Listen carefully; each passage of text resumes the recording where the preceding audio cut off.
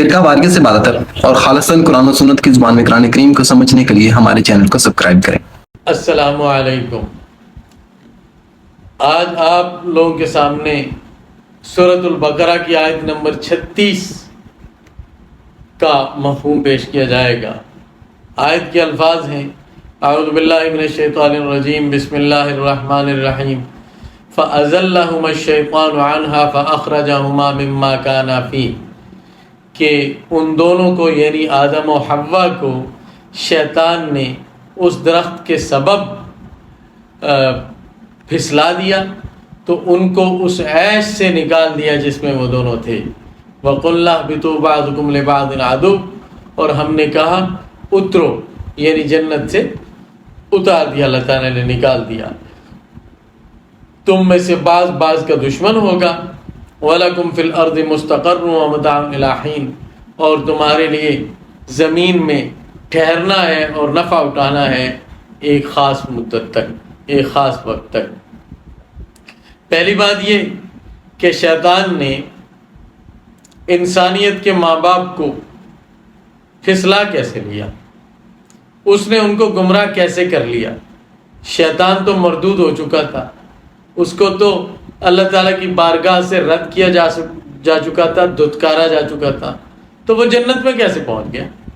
اور اس نے جنت میں جا کر اماں بابا کو کس طرح گمراہ کر لیا؟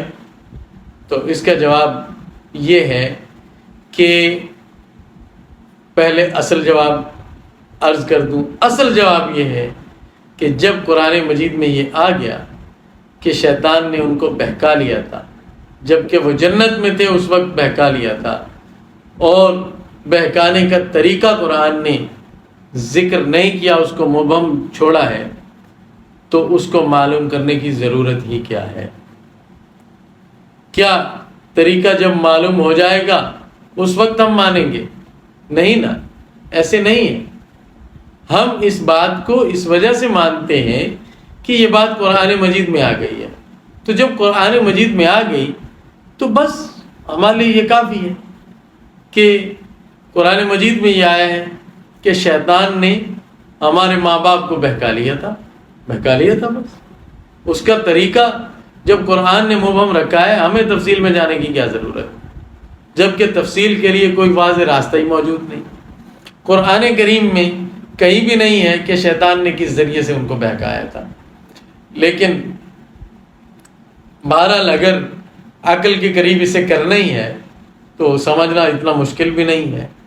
جنات کو اور شیطان کو اللہ تعالیٰ نے یہ قدرت دی ہے کہ وہ دور سے بھی دلوں میں وسوسے ڈال لیتے ہیں، تو ہو سکتا ہے جنت میں داخلے کے بغیر اس نے باہر سے ہی ان کے دلوں میں وسوسہ ڈالا ہو، اور یہ بھی ہو سکتا ہے کہ وہ کسی اور شکل میں متشکل ہو کر چلا گیا ہو، اور اس کی اگر اللہ تعالیٰ کی طرف سے اجازت نہ ہوتی تو کبھی نہ جا سکتا۔ اسرائیلی روایات میں آتا ہے کہ وہ سانپ کی شکل میں تھا، سانپ نے آدم اور حوا کو بہکایا، بائبل میں یہ ہے، تو ہو سکتا ہے وہ سانپ کی شکل میں وہاں پہنچ گیا ہو اور اس کو اجازت ملی ہو۔ بہرحال جو کچھ بھی ہو، بات وہی ہے کہ یعنی وہ کہتے ہیں نا کہ 100 ہاتھ کی رسی اور رسی کے سرے پہ گانٹھ، وہ گانٹھ یہی ہے کہ بھائی ہمیں بس ماننا ہے کہ شیطان نے بہکا لیا تھا آدم و حوا کو، اب اس کا طریقہ جاننا ہمارے لیے ضروری نہیں۔ ضروری ہوتا اور اس سے ہماری کوئی ہدایت وابستہ ہوتی تو اللہ تعالیٰ ضرور اس کا ذکر کر دیتے۔ یہاں پر اصل جو سوال پیدا ہوتا ہے وہ یہ ہوتا ہے کہ یہ بہکاوے میں آ کیسے گئے، شیطان کے بہکاوے میں آ کیسے گئے، اور ان سے یہ غلطی کیسے سرزد ہو گئی، یہ گناہ ان سے کیسے ہو گیا؟ اس کا جواب یہ سمجھ لیں کہ قرآن کریم نے دوسری جگہ ذکر کیا ہے کہ آدم علیہ السلام بھول گئے تھے۔ وَلَقَدْ عَهِدْنَا إِلَىٰ آدَمَ مِن قَبْلُ فَنَسِيَ وَلَمْ نَجِدْ لَهُ عَزْمًا، ہم نے آدم سے پہلے عہد کیا تھا تو وہ بھول گیا اور ہم نے اس میں کوئی پختہ ارادہ نہ پایا، یعنی ہمارے ابا حضور بھول گئے تھے۔ اور نبی کریم صلی اللہ علیہ وسلم نے فرمایا نسی آدم فنسیت ذریتہ، آدم بھول گیا تو اس کی اولاد بھی بھولنے لگی، یعنی یہ بھول انسان کی سرشت میں داخل ہے۔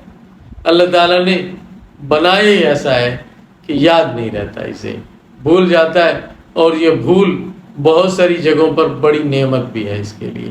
اگر یاد رہا کرتا تو انسان اپنے پیاروں کی موت نہ بھول سکتا اور اس صدمے سے کبھی باہر نہ آتا، انسان اپنے برے حالات کو کبھی نہ بھول سکتا۔ بہت ساری چیزیں جن کا بھولنا ضروری ہے زندگی میں، انسان ان کو کبھی نہ بھول سکتا، ہمیشہ عذاب میں رہتا۔ تو یہ بھول ایک نعمت بھی ہے۔ باہر کے حضرت آدم علیہ السلام بھول گئے اور خطا بھی کھا گئے۔ خطا ہی کھا گئے کہ ان سے اجتہادی غلطی ہو گئی، شیطان نے قسم کھائی تھی ان کے سامنے، وقاسمہما انی لکما لمن الناصحین، کہ میں تمہارا خیر خواہ ہوں۔ قسم کھائی۔ آدم علیہ السلام یہ سوچ بھی نہیں سکتے تھے کہ کوئی اللہ کی قسم بھی جھوٹی کھا سکتا ہے، اللہ کا نام بھی جھوٹ کے ساتھ لیا جا سکتا ہے۔ وہ یہ بات ان کے وہم و گمان میں بھی نہیں تھی۔ اور یوں بھی تو ہو سکتا ہے کہ شیطان نے وسوسہ اس طرح کا ڈالا ہو کہ یہ جو درخت کی ممانعت ہے یہ ایک میعاد کے لیے تھی۔ جس طرح چھوٹے بچے کو بہت قوت بخش غذا نہیں دی جا سکتی، جب بڑا ہو جاتا ہے تو پھر وہ قوت بخش اور طاقت والی غذائیں بھی اس میں شامل کر دی جاتی ہیں اس کی خوراک میں۔ اسی طرح ہو سکتا ہے ان کے دل میں یہ آ گیا ہو کہ ہم اول جنت میں آئے تھے تو ہم اس کے متحمل نہیں تھے کہ اس پھل کی طاقت کو برداشت کر سکیں، اب ہمارے اندر یہ صلاحیت ہمارے اندر پیدا ہو چکی ہوگی۔ اور پھر شیطان کے بہکاوے میں یہ بھی داخل تھا، اس نے یہ بتایا تھا کہ اس درخت کی خاصیت یہ ہے کہ اس کا پھل کھانے والا کبھی جنت سے نہیں نکلے گا، ہمیشہ جنت میں رہے گا۔ تو جنت کی نعمتوں کو اور اس کی فراوانیوں کو آدم علیہ السلام ان کا تجربہ کر چکے تھے اور ان کے وہ وہیں پر رہتے تھے، تو کس کا دل چاہتا تھا وہاں سے نکلنے کو؟ تو انہوں نے میاں بیوی نے وہ اس درخت کا پھل کھا لیا۔ بہرحال ہمارے ماں باپ سے یہ غلطی ہو گئی۔ قرآن کریم نے اس کو معصیت کے لفظ سے تعبیر کیا۔ انبیاء علیہ السلام معصوم ہوتے ہیں، ان سے معصیت کا صدور نہیں ہو سکتا۔ معصیت اللہ تعالیٰ کے حکم کی کھلی نافرمانی کو کہتے ہیں۔ ہاں، انبیاء علیہ السلام سے ذاتی طور پر کوئی بھول یا سہو یا اجتہادی خطا کی وجہ سے ایسی غلطی ہو سکتی ہے جس کا تعلق ان کے اپنے ذاتی عمل سے ہو۔ جو مخلوق جس کی ہدایت کے لیے وہ بھیجے گئے، اس عمل میں، اس دین میں ان سے کوئی چھوٹی سے چھوٹی غلطی بھی نہیں ہوتی۔ اپنے ذاتی عمل کے متعلق جو غلطی ہو جاتی ہے، جو ان کے شائن شان نہیں ہوتی، تو اس پر ان کا مواخذہ ہوتا ہے، کیونکہ بڑے لوگوں کی چھوٹی سی غلطی بھی بڑی سمجھی جاتی ہے۔ تو اس طرح آدم علیہ السلام کا اس پر مواخذہ ہوا ہے۔ تو فرمایا کہ شیطان نے ان کو نکال دیا اس عیش سے جس میں وہ تھے، اور ہم نے کہا اترو، تمہارا باز کے لیے دشمن ہوگا۔ اس کے دو مطلب بتائے ہیں علماء تفسیر نے۔ ایک مطلب یہ کہ شیطان اور انسان آپس میں دشمن ہوں گے اور قیامت تک یہ دشمنی کا سلسلہ چلے گا، اور دوسرا یہ کہ حضرت آدم و حوا کو کہا گیا کہ تمہاری اولاد کی آپس میں عداوت اور دشمنی چلے گی، اور یہ جب اولاد کی آپس میں نہ بنتی ہو اور ان کی آپس میں لڑائی رہتی ہو تو ماں باپ کو کہاں سکون آتا ہے۔